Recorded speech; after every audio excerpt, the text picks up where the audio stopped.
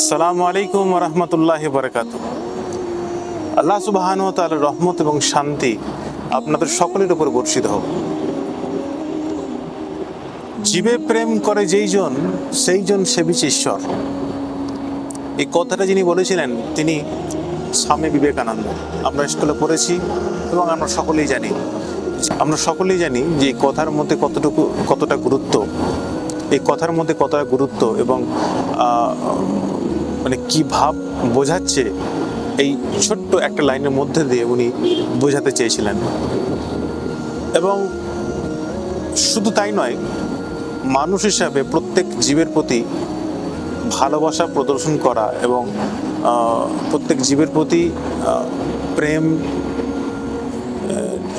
নিবেদন করা, এটা মানুষ হিসাবে সবার কর্তব্য। এই কথাটাই 1400 বছর আগে এক ব্যক্তি বলেছিলেন, কিন্তু তার সম্বন্ধে আমরা জানি না জানার কারণেই আমরা তাকে চিনিনি, তাকে বুঝিনি। তিনি হচ্ছেন মুহাম্মদ রাসূলুল্লাহ সাল্লাল্লাহু আলাইহি সাল্লাম, যাকে আমরা নবী বলে চিনি, যাকে আমরা রসুল বলে জানি। তিনি বলছেন কয়েক সাহাবাদেরকে নিয়ে যে, ধরো তোমাদের মধ্যে কেউ একজন যে কুয়াতে পানি পান করার জন্য নিচে নেমেছে এবং পানি পান করে উঠে আসছে, ঠিক সেই মুহূর্তে দেখছে যে কুয়ার পাশে একটা কুকুর তৃষ্ণার্ত অবস্থায় পড়ে আছে বা শুয়ে আছে। তুমি তাকে পান করালে, তুমি তার তৃষ্ণা মেটালে, তো আল্লাহ সুবহানাহু ওয়া তাআলা তোমার সমস্ত গুনাহকে মাফ করে দিলেন। এই ব্যক্তি, তার সম্বন্ধে আমরা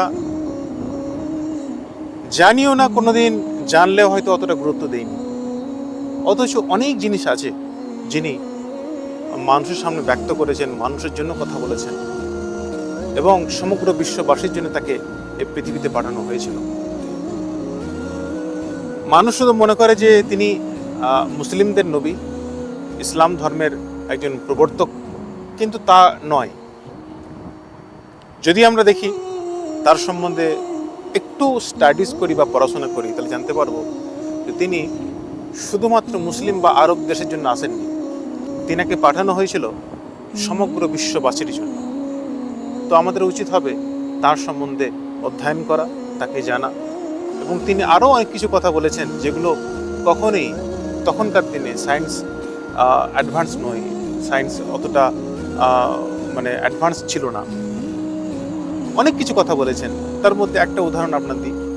তিনি বলেছেন, যদি তোমাদের পানিতে কোনো মাছি পড়ে যায় তো সেই পানিটা তোমরা ফেলে দিও না, কারণ মাছির এক ডানায় থাকে জীবাণু আর এক ডানায় থাকে জীবাণুনাশক প্রতিষেধক। তো তোমরা এই মাছিটাকে সম্পূর্ণ পানিতে ডুবিয়ে ছেড়ে দেবে, পানিটা ফেলা দরকার নেই, পানিটা শুদ্ধই রয়ে যাবে।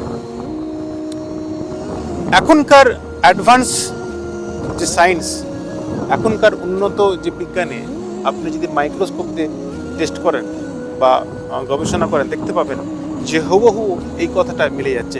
1450 বছর আগে এই কথাটা তাকে কে জানাতো? আমি আমার ভিডিওতে অনেকবার বলেছি এবং ভবিষ্যতেও বলবো যে তিনি শুধুমাত্র একজন মানুষ নন। তার কাছে যে ওহী আসতো, তার কাছে যে মেসেজ আসতো, সেটা অন্য কোনো মানুষের থেকে না, সেটা আসতো আপনার আমার বিশ্ব জগতের প্রতিপালকের পক্ষ থেকে। তো আমাদের উচিত হবে তাকে মেনে নেওয়া, আমাদের উচিত হবে তাকে মেনে নেওয়া এবং তার কথাকে মেনে চলা।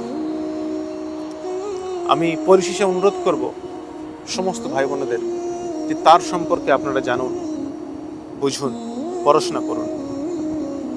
এবং আমি বিশ্বাস করি এবং আমি যদি আপনারা এই বিষয়ে পড়াশোনা করেন, তাকে যদি জানার চেষ্টা করেন, তাকে যদি বোঝার চেষ্টা করেন, ইনশাআল্লাহ আপনারাও তাকে মানতে বাধ্য হবেন। হতে পারে আপনার কোনো ব্যক্তিগত বিষয়ে তাকে মানতে পারছেন না বা চাইছেন না, সেটাও ভিন্ন কথা, কিন্তু হক জিনিস আপনি বুঝবেন, আপনি উপলব্ধি করবেন। আসুন আমরা প্রতিপালক এবং তার পাঠানো রসুলের কথাকে মেনে চলি এবং দুনিয়া ও আখিরাতে কামিয়াবি হাসিল করি। আসসালামু আলাইকুম ওয়া রাহমাতুল্লাহি ওয়া বারাকাতুহু।